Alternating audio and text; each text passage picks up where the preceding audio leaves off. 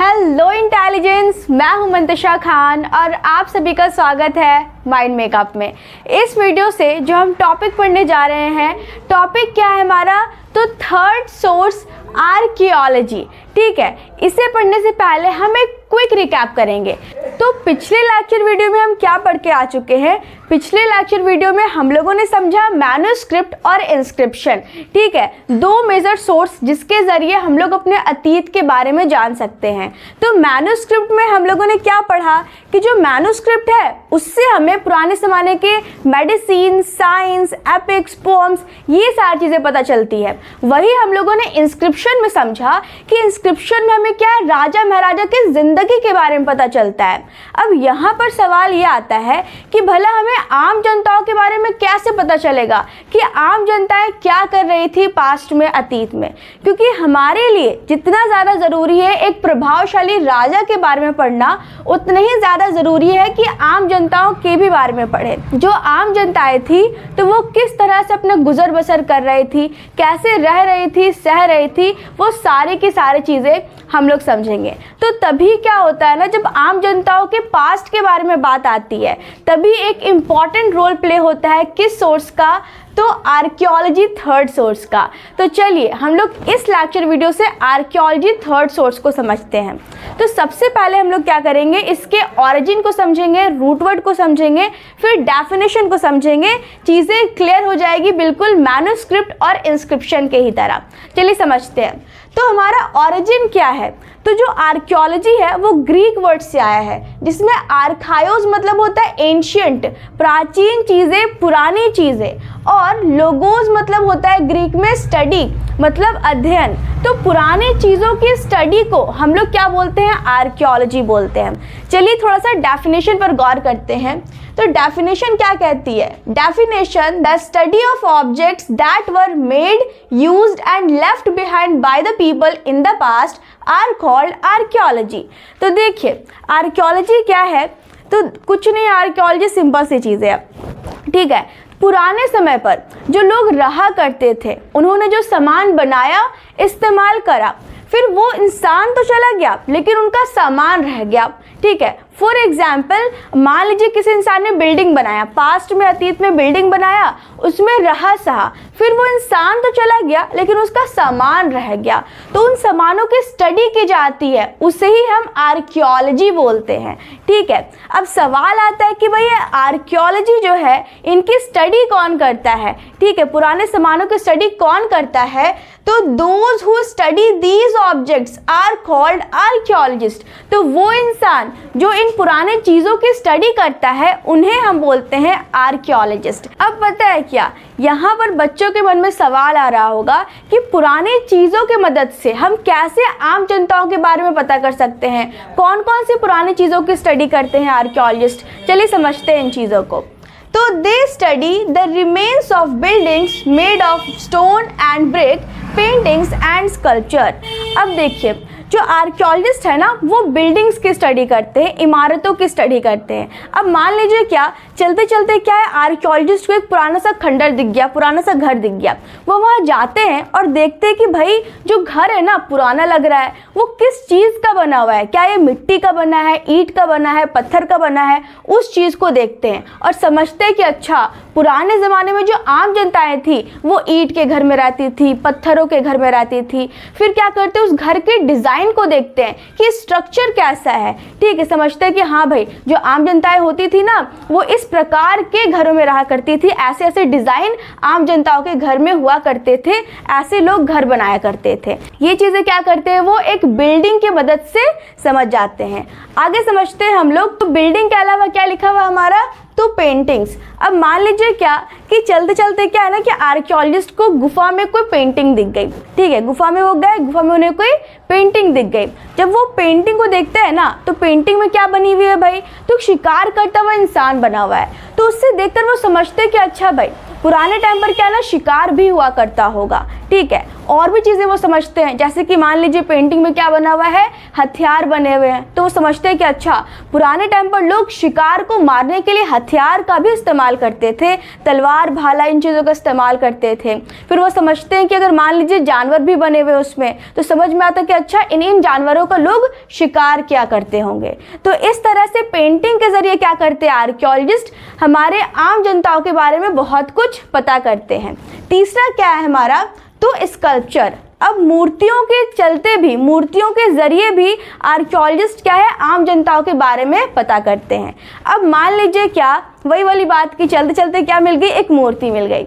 मूर्ति कैसी है भाई, टूटी फूटी लग रही है, कैसी मूर्ति है, तो एक डांसिंग गर्ल है ना, नाचते हुए लड़की बनी हुई है। तो उससे आर्कियोलॉजिस्ट समझते हैं कि अच्छा भाई पुराने समय पर डांस जैसी कला हुआ करती थी, डांस जैसा इंटरटेनमेंट हुआ करता था। तो ये चीज़ें कहीं ना कहीं आम जनता के बारे में आर्कियोलॉजिस्ट इन चीज़ों के जरिए क्या करते हैं, पता करते हैं। अब पता है क्या, ये जो तीनों चीज़ें हैं ना, बिल्डिंग्स, स्कल्पचर, पेंटिंग, तो ये सारी चीज़ें भाई आर्कियोलॉजिस्ट को मिलती कहाँ से है। सवाल तो ये भी आता है ना, क्या ये सारी चीज़ें आर्कियोलॉजिस्ट को विरासत में मिली? नहीं बच्चों, ये चीज़ें कैसे मिलती है आर्कियोलॉजिस्ट को, ये एक्सप्लोर एंड एक्सकवेट, ठीक है। वो क्या करते हैं ना, आर्कियोलॉजिस्ट एक्सप्लोर करते हैं एंड एक्सकवेट करते हैं। मतलब एक्सप्लोर मतलब चीज़ों की छानबीन करते हैं सतह पर, और एक्सकवेट मतलब खुदाई करके सामान को बाहर निकालते हैं। तो कौन कौन सी चीज़ें खुदाई के दौरान, छानबीन के दौरान आर्कियोलॉजिस्ट को मिलती है, तो they explore and excavate to find tools,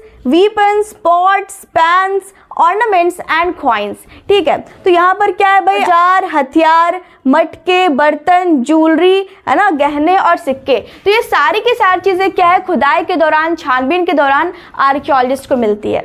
और पता है क्या, एक चीज़ और, मुझे ना बच्चों एक चीज़ में क्या रहता था, कन्फ्यूज़न रहता था कि भाई टूल्स और वीपन्स में डिफरेंस क्या है। मैं क्या इसे एक जैसा समझती थी, तो मैं नहीं चाहूँगी कि आप बच्चों को कोई भी कन्फ्यूज़न हो, ठीक है। तो टूल्स और वीपन्स में देखिए डिफरेंस क्या है। जो टूल्स होता है ना, औजार, तो वो चीज़ें जो हम इंसानों के काम को करने में आसान कर दे। फॉर एग्जाम्पल हथौड़ा, छुरी, कुल्हाड़ी, ये सारी चीज़ें।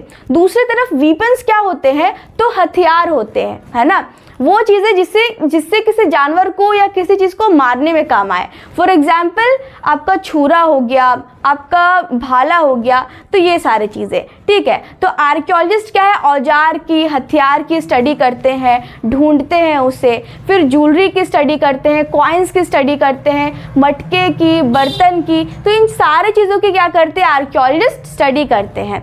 ओके, अब थोड़ा आगे समझते हैं हम लोग। Some of these objects may be made of stone, others of bone, baked clay और metal। अब जो भी चीज़ें मैंने आपको बताई ना, बिल्डिंग, स्कल्पचर, कॉइन्स, ये सारी चीज़ें, इनमें से क्या है ना कि बहुत सारी चीज़ें, मतलब कुछ ऐसी चीज़ें भी हो सकती है कि जो मिट्टी की बनी हो, है ना, पकी हुई मिट्टी की बनी हो, पत्थर की बनी हो, हड्डियों की बनी हो, या तो फिर मेटल्स की बनी हो, मतलब कठोर चीज़ों की बनी हो। तो क्या होता है ना कि इस प्रकार की चीज़ें जो कठोर चीज़ों से बनी हुई हो, वो लंबे समय तक टिक जाती है। फिर क्या होता है, लंबे समय तक टिक गई, फिर आर्कियोलॉजिस्ट आते हैं, ढूंढते हैं और उन्हें बाहर निकाल लेते हैं, फिर उनकी स्टडी करते हैं आर्कियोलॉजिस्ट, ठीक है। तो इस तरीके से चीज़ें होती है। अब आगे समझते हैं हम लोग। तो archaeologist also look for bones of animals, birds, fish and seeds of grains. अब आर्कियोलॉजिस्ट पता है क्या, हड्डियों की भी स्टडी करते हैं।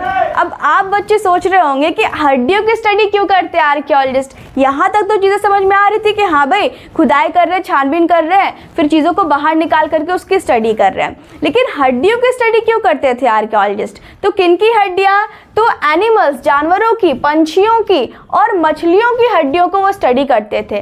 क्यों करते थे, तो to find out what people ate in the past, ये पता लगाने के लिए, ये समझने के लिए कि पुराने समय पर आम जनताएं क्या खाया करती थी, वो लोग हड्डियों की स्टडी करते थे, ठीक है। आगे समझते हैं सीड्स ऑफ ग्रेन्स, है ना। अब क्या है कि हड्डियों के अलावा और भी क्या आर्कियोलॉजिस्ट स्टडी करते थे, तो सीड्स ऑफ ग्रेन, अनाजों की स्टडी करते थे, अनाजों के बीज के आर्कियोलॉजिस्ट स्टडी करते थे। अब ये अनाजों के बीज की स्टडी क्यों करते थे आर्कियोलॉजिस्ट, पता है आपको? तो देखिए, जो प्लांट्स है ना, जो पेड़ पौधे हैं, तो वो बहुत ही कम बच पाते हैं, है ना, क्योंकि वो सड़ गल करके मिट्टी में मिल जाते हैं। तो इसलिए आर्कियोलॉजिस्ट क्या है, अनाजों के बीज की स्टडी करते थे। क्योंकि हम क्या देखते हैं, अनाजों में भी क्या होता है, बहुत सारी वैरायटीज होती है। हम क्या देखते हैं कि भाई चावल, अगर चावल की बात कर ले तो पुलाव का चावल, बिरयानी का चावल अलग अलग है ना। अब पानी नहीं आना चाहिए मुंह में, ठीक है। तो अलग अलग वैरायटीज के चावल भी होते हैं, अनाज भी अलग अलग वैरायटीज के होते हैं। तो आर्कियोलॉजिस्ट ये पता करने के लिए कि हम आम इंसान पुराने समय पर किस प्रकार के अनाज को खाते थे, वो अनाजों की बीज की स्टडी किया करते थे, ठीक है। भले ही वो अनाज के बीज क्या है, जले हुए फॉर्म में मिले, कैसे भी मिले, तो वो उनकी स्टडी किया करते थे। तो चलिए, हम लोगों ने यहाँ तक क्या समझ लिया, आर्कियोलॉजी और आर्कियोलॉजिस्ट समझ लिया, ठीक है, कि आर्कियोलॉजिस्ट कैसे कैसे आम जनताओं के बारे में पता करते हैं स्टडी करके, और आर्कियोलॉजी थर्ड सोर्स क्या है। अब समझेंगे हम लोग क्या कि हिस्टोरियंस। अब ये हिस्टोरियंस कौन है, ठीक है। हिस्टोरियंस कौन है, तो scholars who studies and writes about the past. तो हिस्टोरियंस वो स्कॉलर्स है, वो पढ़े लिखे लोग हैं जो हमारे अतीत के बारे में पता करते हैं। अब आप बच्चे सोच रहे होंगे कि आर्कियोलॉजी में भी तो मैंने आपको यही बताया था कि आर्कियोलॉजिस्ट कौन है, वो लोग जो पढ़े लिखे होते हैं और हमारे पास्ट के बारे में पता करते हैं। चलिए समझते हैं कि हिस्टोरियंस और आर्कियोलॉजिस्ट में डिफरेंस क्या है, ठीक है। तो देखिए, तो they primarily use written records like manuscript and inscriptions. देखिए, मैंने आपको क्या बताया था, मैंने आपको आर्कियोलॉजिस्ट में बताया कि आर्कियोलॉजिस्ट मतलब पढ़े लिखे लोग हैं भाई, जो क्या करते हैं, हमारे पास्ट के बारे में स्टडी करते हैं, ठीक है। लेकिन उनका जो सोर्सेज है, वो किन सोर्सेज का इस्तेमाल करते हैं। तो देखिए, आर्कियोलॉजिस्ट में मैंने आपको क्या बताया था कि आर्कियोलॉजिस्ट क्या है, वो पढ़े लिखे लोग हैं जो हमारे आम जनताओं के पास्ट के बारे में स्टडी करते हैं। वो लेकिन किन चीज़ों का इस्तेमाल करते हैं, किन सोर्सेज का इस्तेमाल करते हैं, तो हमने समझा पुरानी चीज़ें, है ना, कॉइन्स हो गए, फिर आपका मेटल्स, मतलब सॉरी कॉइन्स हो गया, स्कल्पचर हो गया, पेंटिंग हो गया, इन चीज़ों का इस्तेमाल करके वो क्या करते हैं, हमारे पास्ट के बारे में पता करते हैं। उनका काम कहाँ होता है, फील्ड पर होता है। लेकिन वही दूसरी तरफ जो हिस्टोरियंस होते हैं ना, तो यहाँ क्या लिखा है, they primarily use written records like manuscript and inscription। Historians भी क्या करते हैं, हमारे पास्ट के बारे में पता करते हैं, लेकिन वो किन सोर्सेज का इस्तेमाल करते हैं, तो मैन्युस्क्रिप्ट और इंस्क्रिप्शन का, जो रिटन रिकॉर्ड से लिखी हुई चीज़ें हैं, और उसके ज़रिए वो हम आम जनताओं के पास्ट के बारे में पता करते हैं। तो ये क्या था, एक स्लाइड छोटा सा डिफरेंस था आर्कियोलॉजिस्ट और हिस्टोरियंस में, जो मैंने आपको क्लियर कर दिया। बाकी दोनों ही हमारे पास्ट के बारे में जानने के लिए एक इम्पॉर्टेंट रोल प्ले करते हैं, पास्ट के बारे में पता करने के लिए, ठीक है। अब क्या है हमारा, तो archaeologists and historians are like detectives. अब पता है क्या, जो हिस्टोरियंस होते हैं, आर्कियोलॉजिस्ट होते हैं ना, वो किसी डिटेक्टिव से कम नहीं होते, ठीक है। कैसे, उस चीज़ को भी हम लोग क्या करेंगे, समझेंगे। पता है क्या, जो आर्कियोलॉजिस्ट है, हिस्टोरियंस है, वो लोग सोर्स शब्द का इस्तेमाल करते हैं। किस चीज़ के लिए, तो जो भी उन्हें मैन्युस्क्रिप्ट, इंस्क्रिप्शन, आर्कियोलॉजी से जो भी इंफॉर्मेशन मिलती है, उस चीज़ को बताने के लिए वो सोर्स शब्द का इस्तेमाल करते हैं। फॉर एग्जाम्पल, अगर क्या मिला ना, आर्कियोलॉजिस्ट को मान लीजिए एक सिक्का मिल गया, तो वो बोलेंगे क्या कि मुझे एक सोर्स मिल गया, एक साधन मिल गया, एक जरिया मिल गया अपने, मतलब हमारे आम जनताओं के पास्ट के बारे में पता करने का, ठीक है। तो इस तरीके से वो लोग सोर्स शब्द का इस्तेमाल करते हैं। वंस सोर्सेज आर फाउंड, तो मैन्युस्क्रिप्ट, इंस्क्रिप्शन एंड आर्कियोलॉजी, जब क्या होता है ना, अब जब क्या होता है ना कि एक बार उन्हें सोर्सेज मिल जाते हैं, है ना, मैन्युस्क्रिप्ट, इंस्क्रिप्शन, आर्कियोलॉजी, फिर उनके लिए क्या होता है, हमारे पास्ट के बारे में जानना बहुत ज़्यादा इंटरेस्टिंग हो जाता है। फिर वो क्या करते हैं, they use them to reconstruct history bit by bit. इस चीज़ को समझिएगा, ठीक है। फिर वो क्या करते हैं ना, कदम कदम पर, पहले तो वो क्या करते हैं, कदम कदम पर हमारे सोर्सेज को ढूंढते हैं, सारे सोर्सेज को ढूंढ निकालते हैं, फिर उसे एक दूसरे के साथ जोड़ते हैं, और जोड़ने के बाद जो हिस्ट्री जो कभी मिट गई थी, ख़त्म हो गई थी, वो उसे फिर से बना देते हैं। अब आप बच्चे सोच रहे होंगे कि मेरा इससे क्या मतलब है, कि सोर्सेज को कदम कदम पर कलेक्ट करते हैं, आपस में जोड़ते हैं, फिर हमारे हिस्ट्री को, इतिहास की कहानी को फिर से बना देते हैं। चलिए इस चीज़ को थोड़ा सा एक एग्जाम्पल के ज़रिए समझते हैं। फॉर एग्जाम्पल, आप बच्चों ने क्या ना, CID देखी होगी, ठीक। तो CID में क्या होता है, डिटेक्टिव्स जो होते हैं, जो जासूस होते हैं, वो जहाँ पर क्राइम सीन हुआ है उस जगह पर जाते हैं, उस जगह पर सोर्सेज को इकट्ठा करते हैं। मान लीजिए क्या, उन्हें कोई चाकू मिल गया, बैंगल्स मिल गए, रिंग मिल गए, तो उस चीज़ों को इकट्ठा करेंगे, फिर आपस में जोड़ते हैं और जोड़ने के बाद जो क्राइम सीन हुआ था उसे फिर से कंस्ट्रक्ट कर देते हैं, फिर से बना देते हैं, फिर से बता देते हैं कि अच्छा भाई यहाँ ना ऐसे ऐसे चीज़ें हुई होगी। ठीक है, बिल्कुल इसी तरीके से आर्कियोलॉजिस्ट और हिस्टोरियंस हम आम जनताओं के अतीत के बारे में पता करते हैं। ठीक है, वो क्या करते हैं, मान लीजिए उन्हें सोर्स मिल गया, कोई टूटा हुआ बर्तन, टूटे हुए सिक्के, मूर्तियाँ, उन चीज़ों को इकट्ठा करते हैं। फिर वो इतने पढ़े लिखे लोग होते हैं, है ना, पहले से ही पढ़ रखा होता है उन्होंने, तो चीज़ों को वापस में जोड़ते हैं, अपने स्टडी के हेल्प से चीज़ों को पता करते हैं, आपस में जोड़ते हैं, फिर हमारी जो कहानी जो कभी मिट गई थी उसे फिर से कंस्ट्रक्ट कर देते हैं, हमारी हिस्ट्री को, इतिहास को फिर से बना देते हैं। तो इस तरीके से आर्कियोलॉजिस्ट और हिस्टोरियंस क्या करते हैं, हमारे अतीत के बारे में पता करने में एक इम्पॉर्टेंट रोल प्ले करते हैं। अब पता है क्या बच्चों, आपकी अगर हम बात कर लें तो आपके लिए क्या स्टडी करना कुछ ना कुछ आसान है। आपके पास क्या है कि भाई किताबें पहले से क्या है लिखी हुई है, आपके पास किताबें हैं, आप क्या करते हो, तो फिर दुकानों से किताबें खरीद लाते हो घर। फिर आपके पास क्या है कि भाई टीचर भी है, कॉन्सेप्ट क्लियर करवा देते हैं। लेकिन आर्कियोलॉजिस्ट के पास ना कोई ऐसी लिखी हुई किताबें होती जो पहले से लिखी हुई हो, ना कोई दुकान की जाकर के खरीद लाए, और ना ही उनके पास ऐसा कोई टीचर होता है कि उनके कॉन्सेप्ट को क्लियर करवा दे। वो क्या करते हैं, वो चीज़ों को ढूंढते हैं, निकालते हैं, स्टडी करते हैं, स्टडी करने के बाद पता करते हैं, फिर क्या करते हैं, हमारे बुक्स में लिखते हैं। ठीक है, तो इस तरीके से क्या है, आर्कियोलॉजिस्ट, हिस्टोरियंस काफ़ी मेहनती होते हैं। तो सभी बच्चे क्या करने वाले हैं, आर्कियोलॉजिस्ट और हिस्टोरियंस को एक थैंक यू बोलेंगे, thank you archaeologist and historians, क्योंकि वो क्या करते हैं कि इंपॉर्टेंट रोल प्ले करते हैं हमारे अतीत के बारे में पता करने के लिए। Okay, so they use all these sources like clues to find out our past. तो इन सारे सोर्सेज का इस्तेमाल वो सुराग की तरह करते हैं हमारे अतीत के बारे में पता करने के लिए। ठीक है, तो यहाँ तक हम लोगों ने क्या है, आर्कियोलॉजिस्ट, हिस्टोरियंस, चीज़ों को समझ लिया। थर्ड सोर्स आर्कियोलॉजी कंप्लीट होता है इसी के साथ। चलिए, आपके बुक में क्या है ना, एक ड्राइंग दी गई है, उसे भी क्या करते हैं, थोड़ा सा हम लोग समझ लेते हैं। अब हम क्या करने वाले हैं, आपके बुक में जो ये ड्राइंग दी गई है ना, तो इस ड्राइंग को हम लोग समझेंगे। ठीक है बच्चों, तो पहला ड्राइंग जो है वो क्या है, पॉट का है। तो pots like these were used about 4700 years ago. अभी जो घड़ा दिख रहा है ना आपको, ये आज से लगभग 4700 साल पुराना है। जी हाँ, ठीक है। तो आर्कियोलॉजिस्ट क्या करते हैं, इस घड़े को जाकर के ढूंढते हैं। और पता है क्या बच्चों, एक चीज और, ठीक है, हमने क्या बोला, मैंने क्या बोला कि घड़ा 4700 साल पुराना है। अब भला आर्कियोलॉजिस्ट को ये कैसे पता चलता है कि घड़ा आज से लगभग 4700 साल पुराना है, सवाल तो ये भी आता है। तो आर्कियोलॉजिस्ट क्या करते हैं ना बच्चों, कार्बन डेटिंग करते हैं, और कार्बन डेटिंग की मदद से वो सामानों का, ऑब्जेक्ट का उम्र पता करते हैं, डेट पता करते हैं। ठीक है, तो ये घड़ा आज से लगभग 4700 साल पुराना है।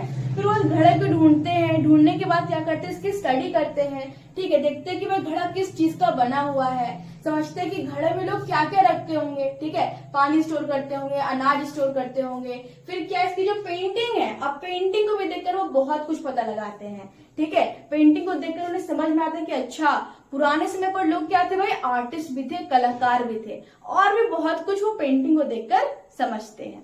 ठीक है बच्चों, अब जो ये दूसरा दिख रहा है आपको ड्राइंग, ये क्या है, कॉइन्स है, सिक्के हैं। मुझे पता है आपको कॉइन्स नहीं लग रहे हैं। ठीक है, आप अपने बुक में देख सकते हो, ये कॉइन्स ही है, लेकिन ठीक है, आप अपने बुक में देखिए, ये ड्राइंग शायद उतनी अच्छी नहीं बनी है, मैंने बनाई है। ठीक है, तो देखिए बच्चों, कॉइन्स है, और ये कॉइन क्या है, an old silver coin such as this one were in use about 4500 years ago। ये जो सिक्का है ना बच्चों, ये चांदी का बना हुआ है और आज से लगभग 2500 साल पुराना है। ठीक है, अब ये जो सिक्का है आप देख सकते हो, ये उसका आगे वाला हिस्सा है और ये उसका पीछे वाला हिस्सा है। ठीक है, तो पुराने समय पर चांदी के सिक्के हुआ करते थे।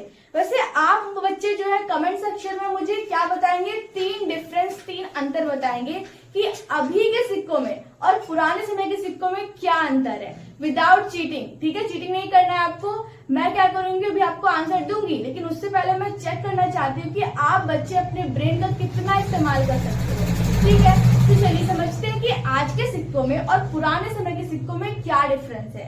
तो क्या है ना बच्चों की, पुराने समय का जो सिक्का होता है ना, तो वो क्या है, हाथों से बनाया गया था। क्योंकि हाथों से बनाया गया था तो उसका जो शेप होता है, जो आकार होता है, जो निशान होते हैं वो परफेक्ट नहीं थे, जैसे कि आप इसमें देख सकते हो। लेकिन वही आज के सिक्के की बात करें तो पूरे तरीके से मशीन से बनाया जाता है।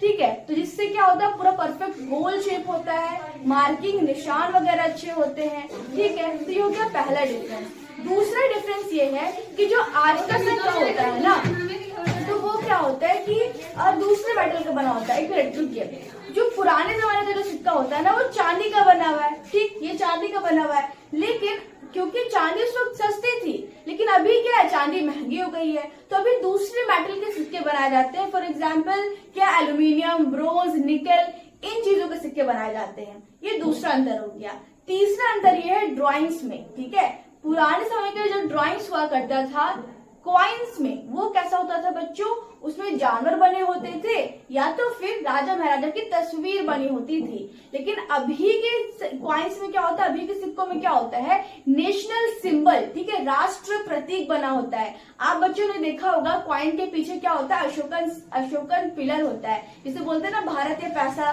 ठीक है, टोस्ट करते हैं तो अशोकन पिलर बना होता है, इसमें 4 शेर लायन बने होते हैं। ठीक है, तो इस तरीके से नेशनल जो सिंबल है उसका इस्तेमाल होता है अभी के टाइम पर कॉइन्स पर ड्राइंग करने के लिए। तो मुझे उम्मीद है बच्चों की ये सारी की सारी चीजें आपको क्लियर रही होंगी और ये लेक्चर वीडियो आपके लिए यूजफुल रहा होगा। अगर कोई भी डाउट है तो आप बिना हिचकिचाए कमेंट सेक्शन में पूछ सकते हो और इसी तरह अपने माइंड को मेकअप करते रहिए स्टडी के साथ। And thank you very much.